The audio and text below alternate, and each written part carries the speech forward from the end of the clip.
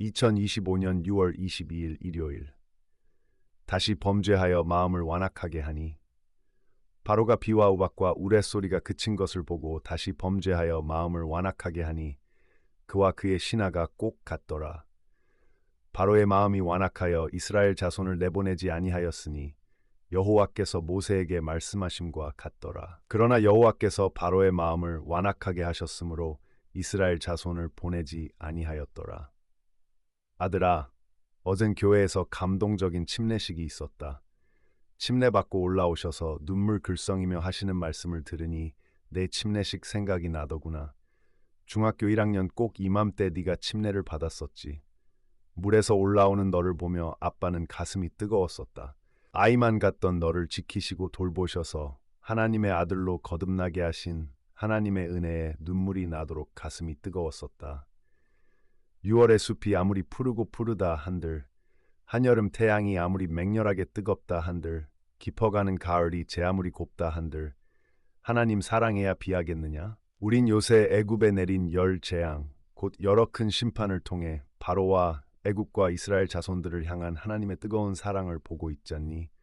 그 뜨거운 사랑에 감격한다마는 한편으론 마음이 좀 무겁기도 하다. 바로 이 말씀 때문이다. 그러나 여호와께서 바로의 마음을 완악하게 하셨으므로 이스라엘 자손을 보내지 아니하였더라.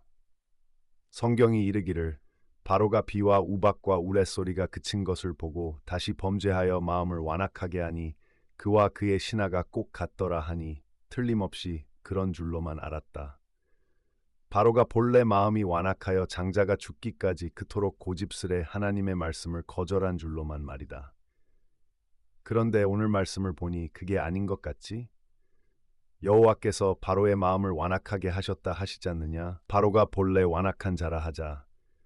설령 그렇다 해도 이 말씀에 따르자면 거듭되는 재앙에 바로가 그토록 완강하게 저항한 것은 하나님이 완악해 하셨기 때문인 것이다. 여기 출애굽기뿐만 아니라 로마서에서도 그렇게 기록하고 있잖니.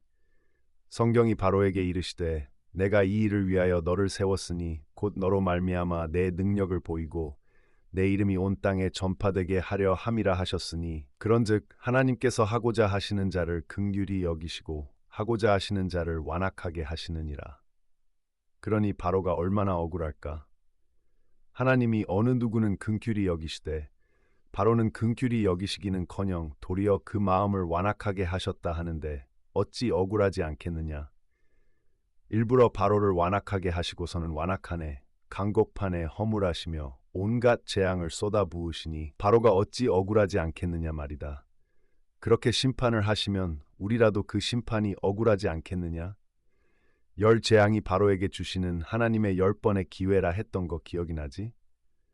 하나님이 바로의 마음을 완악하게 하셨다면 그게 무슨 기회란 말이냐? 아니 그게 무슨 사랑이란 말이냐?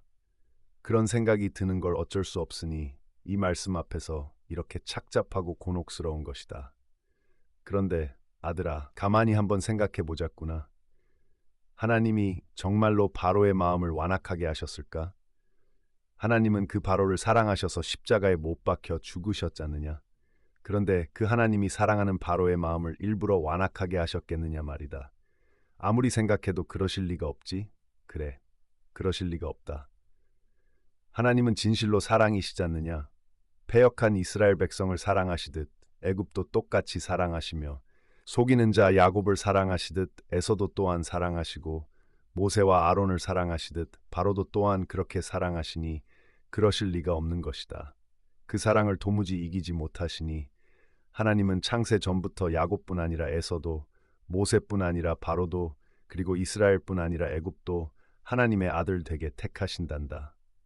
모세나 바로나 야곱이나 에서나 유대인이나 이방인이나 그리고 오늘 우리나 하나님은 세상의 모두를 멸망이 아닌 구원을 받도록 창세전에 예정하사 아들로 택하신 것이다.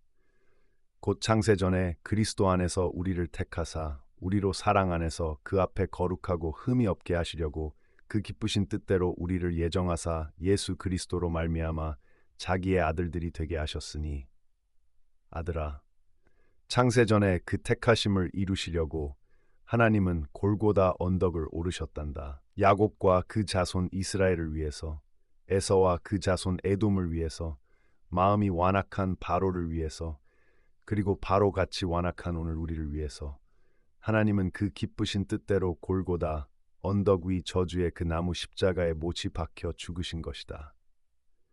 그런데 왜 하나님은 여호와께서 바로의 마음을 완악하게 하셨다 하신 것일까? 이스라엘도 이방인도 모세도 바로도 야곱도 에서도 그리고 바로 같고 애굽 같은 오늘 우리도 십자가에서 죽기까지 사랑하시면서도 왜 바로의 마음을 완악하게 하셨다 하신 것일까? 아들아, 오늘 하루는 여호와께서 바로의 마음을 완악하게 하셨으므로 하신 곤혹스러운 이 말씀을 곰곰이 한번 생각해 보아라. 하나님의 사랑을 더 깊이 알기 위해서는 반드시 생각해 보아야 할 문제이니 기도하며 곰곰이 생각해 보아라. 비가 내리고 나니 말씀의 숲이 한결 더 푸르러지는구나. 우리 하나님 아버지의 사랑은 그 숲보다 더 깊고 더 맑고 더 고우시니 그 사랑 안에서 평안하거라. 그 깊은 사랑으로 평안하거라.